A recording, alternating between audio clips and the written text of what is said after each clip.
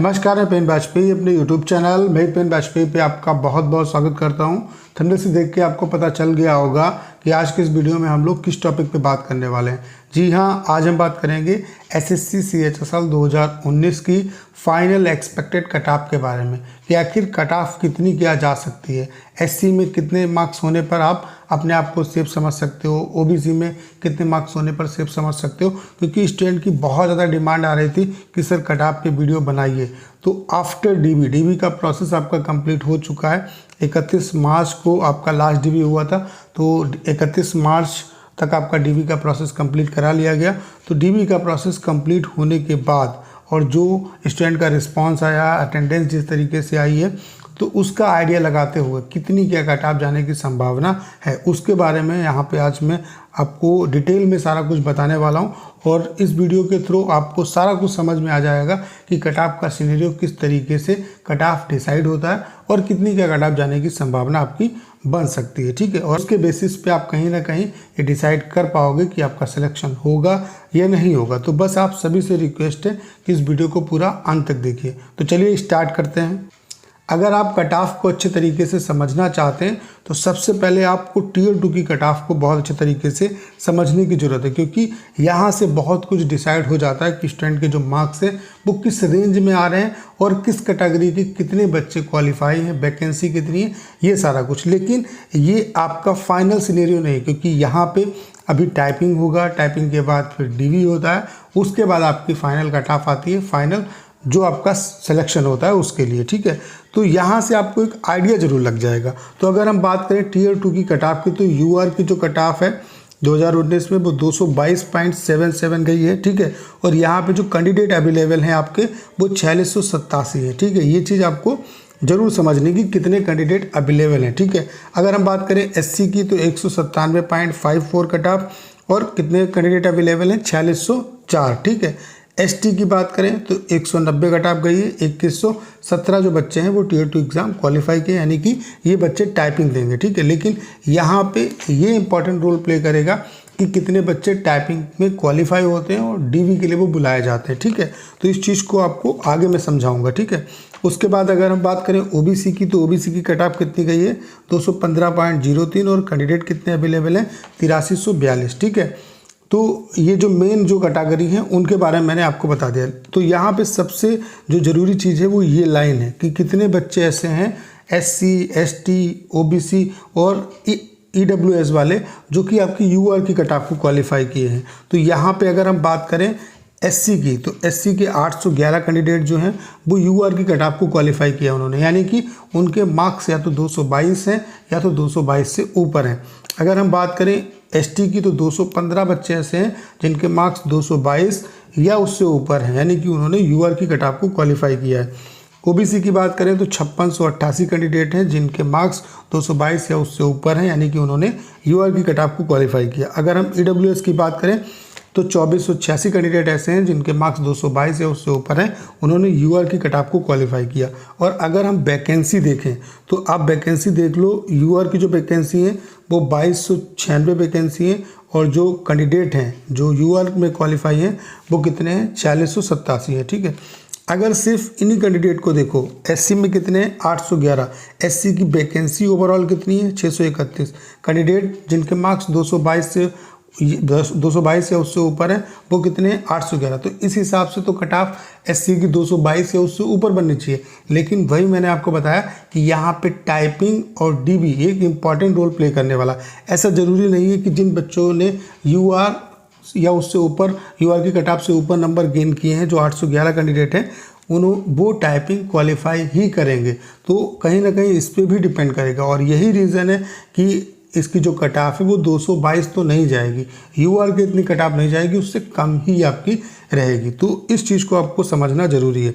अगर ये सारे के सारे बच्चे क्वालिफाई हो जाएंगे तो कट ऑफ का सिनेरियो फिर तो कुछ अलग ही होगा। ठीक है, तो यहाँ पे इस चीज़ को आपको समझना जरूरी है। ऐसे अगर हम SC की बात करें तो 215 बच्चे हैं जिनके मार्क्स UR से ऊपर हैं या उनके बराबर हैं, लेकिन वैकेंसी इनकी कितनी है 306। तो इस हिसाब से इनकी भी कट ऑफ, अगर सारे बच्चे क्वालिफाई करते हैं तो इस हिसाब से इनकी जो कट ऑफ है वो भी आपकी 222 से ऊपर जानी चाहिए। लेकिन ऐसा नहीं होगा, अभी ये बच्चे टाइपिंग में डिस्क्वालीफाई होंगे। तो इस सिनेरियो को आपको समझना ज़रूरी है। अब हम देख लेते हैं, तो ये चीज़ आपको समझ में आ गई। उसके अलावा आपको एक चीज़ और समझनी है यहाँ पे कि आप देखो 222.77 जब कट ऑफ गई है तो 4687 कैंडिडेट है। जब कट ऑफ 7 नंबर आपकी डिक्रीज़ हुई, यानी कि ओबीसी की कट ऑफ 215 है, तो यहाँ पे कैंडिडेट कितने और एक्स्ट्रा पास हो जा रहे हैं, 8342 कैंडिडेट और पास हो जाते हैं। अगर हम बात करें ईडब्ल्यूएस की 206 कट ऑफ गई, यानी कि कट ऑफ 9 नंबर और कम किया, तो इतने बच्चे और अंदर आ गए।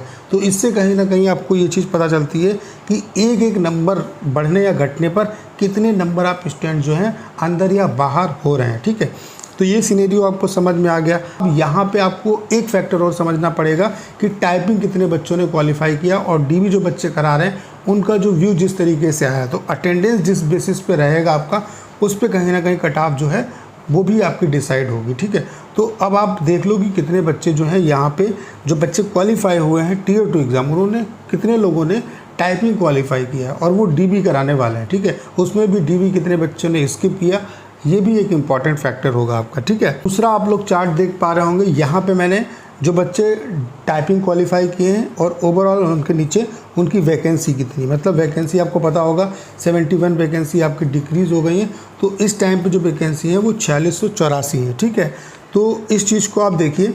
सबसे पहले अगर हम बात करें कि कितने बच्चे टाइपिंग क्वालिफाई किए हैं, ठीक है, तो यूआर की अगर बात करें तो यूआर में कितने बच्चे हैं, 2385। ठीक है, यूआर की वैकेंसी कितनी है, 2296, यानी कि लगभग 1 गुना बच्चे जो हैं वो बुलाए गए हैं। ठीक है, डीबी के लिए। ठीक है, अगर हम बात करें ईडब्ल्यूएस की 2454 बच्चे जो हैं वो टाइपिंग क्वालिफाई किए हैं, जबकि इनकी वैकेंसी कितनी है, 469 आपकी वैकेंसी, यानी कि कितने गुना बच्चे हैं, 4 छंग 24 या 5 गुना, यानी कि 5 गुना जो बच्चे हैं वो यहाँ पे बुलाए गए हैं डीबी के लिए ईडब्ल्यूएस कैटेगरी के। ठीक है, अगर हम बात करें एससी की तो 2147 और एससी की वैकेंसी कितनी है आपकी 631, यानी कि 3 गुना से ज़्यादा बच्चे बुलाए गए हैं। ठीक है, अगर हम बात करें एसटी की तो 873 और वैकेंसी कितनी है 306, यानी कि 2 गुना से ज़्यादा बच्चे यहाँ पे बुलाए गए हैं। ठीक है, अगर ओबीसी की बात करें तो 3961 यहाँ पे लोग बुलाए गए हैं, जबकि वैकेंसी इनकी कितनी है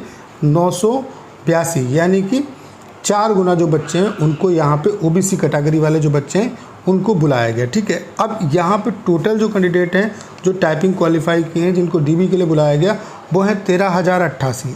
अब आप लोग देख पा रहे होंगे जो बच्चे टाइपिंग क्वालिफाई किए हैं जो डीबी के लिए बुलाए गए वो 13088 है, लेकिन आपको पता होगा कि इसमें कुछ बच्चों ने डीबी स्किप किया है, ढेर सारे बच्चों ने डीबी स्किप किया है, तो उसका सिनेरियो किस तरीके से रहेगा। तो अगर हम 2018 के जैसा ही सिनेरियो मान लें, ये हम मान के चलते हैं कि 15% बच्चों ने तो डीबी को स्किप किया होगा, तो जो हमारे पास डाटा आता है इसका अगर हम 85% निकालें तो 11124 कैंडिडेट आते हैं। ठीक है, और वैकेंसी आपकी कितनी है 4684। तो अगर हम इससे कंपैरिजन करें कि एक सीट पे कितना कंपटीशन है, तो ये जो आपका कंपटीशन है वो 2.37 गुना कंपटीशन आ रहा है, यानी कि एक सीट पे 2.37 बच्चे, यानी कि 2.5 बच्चों की फ़ाइट होने वाली है। ठीक है, ये तो सिनेरियो ये है, और आप कैटेगरी वाइज भी देख सकते हैं कि क्या आपका किस तरीके से मतलब सिनेरियो रहने वाला है, किस तरीके से कंपटीशन आपका रहने वाला है। ठीक है, तो अब हम समझ लेते हैं, ये सारा प्रोसेस आपको समझ में आ गया होगा कि क्या सिनेरियो है। ठीक है, अब हम देख लेते हैं कि आपकी जो फाइनल कट ऑफ है वो कितनी क्या जाने वाली है। मैंने सारा कुछ आपको डिटेल में समझा दिया कि टियर 2 की जो कट ऑफ है उससे क्या आप समझ सकते हैं, जो डीबी हुई है टाइपिंग में जो बच्चे क्वालिफाई हुए हैं उससे आप क्या अनुमान लगा सकते हैं। ठीक है, अगर हम अब बात करें फाइनल कट ऑफ की कि फाइनल कट ऑफ आपकी कितनी क्या जा सकती है, तो उसके बारे में अब हम लोग बात कर लेते हैं। अगर हम बात करें यूआर की कि यूआर की कट ऑफ कितनी जाएगी, तो मेरे हिसाब से जो मेरा अजम्पशन है उसके हिसाब से यूआर को मैं रखूँगा 235 से लेकर के 240 के बीच में इसकी कट ऑफ आपकी रहने वाली है यूआर कैटेगरी की। ठीक है, अगर हम बात करें ईडब्ल्यूएस की तो ईडब्ल्यूएस की जो कट ऑफ है मेरे हिसाब से 228 से लेकर के 233 के आसपास ईडब्ल्यूएस की जो कट ऑफ है 233 235 इसके आसपास आपकी कट ऑफ रह सकती है। ठीक है, अगर हम बात करें ओबीसी की तो ओबीसी की जो कट ऑफ है मेरे हिसाब से जो मेरा प्रेडिक्शन है वो ये है कि 232 से लेकर के आपकी 238 या 240 यहाँ तक भी आपकी कट ऑफ हो सकती है। ठीक है, अगर हम बात करें एससी की तो एससी की कट ऑफ यूआर के इक्वल कभी भी नहीं जाती है, आपको ये पता होगा। तो इसकी जो कट ऑफ है वो मेरे हिसाब से मैं इसको रखना चाहूँगा 215 से 220, इसके आसपास आपकी कट ऑफ रहेगी। एसटी की अगर हम बात करें तो इसकी जो कट ऑफ है वो 210 से 215 इसके आसपास आपकी रहने वाली है। ठीक है, तो उम्मीद करता हूँ कि अगर आपके इस रेंज में मार्क्स हैं तो कहीं ना कहीं आप फाइनल सिलेक्शन ले पाएंगे, आपका फाइनल जो सिलेक्शन है वो हो जाएगा। तो जिनके मार्क्स इतने हैं उनको मेरी तरफ से ऑल द बेस्ट कि आपका सिलेक्शन हो जाए। उसके अलावा जिनके मार्क्स कम हैं और वो अदर भी किसी भी एग्ज़ाम में क्वालिफाई हैं, जैसे अगर आप 2020 में क्वालिफाई हैं तो आप उस एग्ज़ाम पे भी फोकस करिए, क्योंकि यहाँ पे जो सारा सिनेरियो है वो आपका कंप्लीट हो चुका है। अब आप जो नेक्स्ट एग्ज़ाम है उस पर आप फोकस कर सकते हैं। तो ये है मेरी तरफ से जो फाइनल कट ऑफ है उसका एनालिसिस। तो उम्मीद करता हूँ कि सारा कुछ आपको अच्छे तरीके से समझ में आ गया होगा और सारी बातें जो मैंने आपके बीच में डिस्कस की वो आप अच्छे तरीके से समझ पाए होंगे। आपको करना क्या है, इस वीडियो को ज़्यादा शेयर करना है। उसके अलावा अगर आप चैनल पर नए हैं और अगर आपने अभी तक इसे सब्सक्राइब नहीं किया है तो प्लीज़ चैनल को सब्सक्राइब करना मत भूलिएगा।